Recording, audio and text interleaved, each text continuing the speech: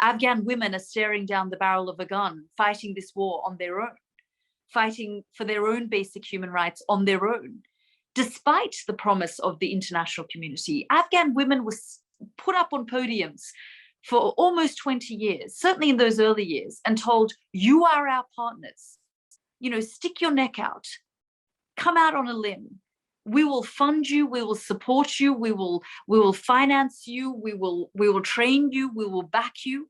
And in the end, we'll abandon you. We'll leave you to the very people that we encourage you to take on, to stand up against, to have a voice against, to be educated against. These Afghan women who were trained as judges, who prosecuted these men, who are now looking for these women. And so many of them are either on the run, in hiding, or have fled the country after being, funded and sponsored and trained by the West for 20 years.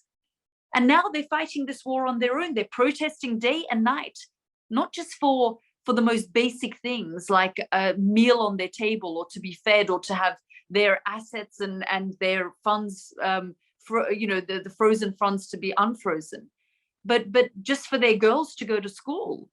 Because here we have the biggest reversal of basic human rights ever, anywhere, overnight. This literally happened overnight. In recent memory, we haven't seen this kind of reversal of basic rights that literally happened overnight. As soon as the Taliban took over, they gave a press conference and laid out what their Sharia law would look like. And frankly, when we see the events of the last few months, it should put to rest once and for all the notion and idea of a Taliban 2.0. This hope that the Western world had, here we are signing a peace agreement and a deal with you because you've changed. Well, what we should see now, and reports that we're seeing constantly from the United Nations, that Al-Qaeda has a foothold in the country, Al-Qaeda is very much present in the country, long before the Taliban took over. US Treasury warned about this. And when I've held US officials, NATO officials accountable for this, or held them to account, they said, oh no, those reports are dated and that's not in fact correct. And the Taliban say that they'll never use Afghanistan as a base for terror. And so, one has to question, and it certainly is something that keeps me up at night, where I wonder, what was all this for?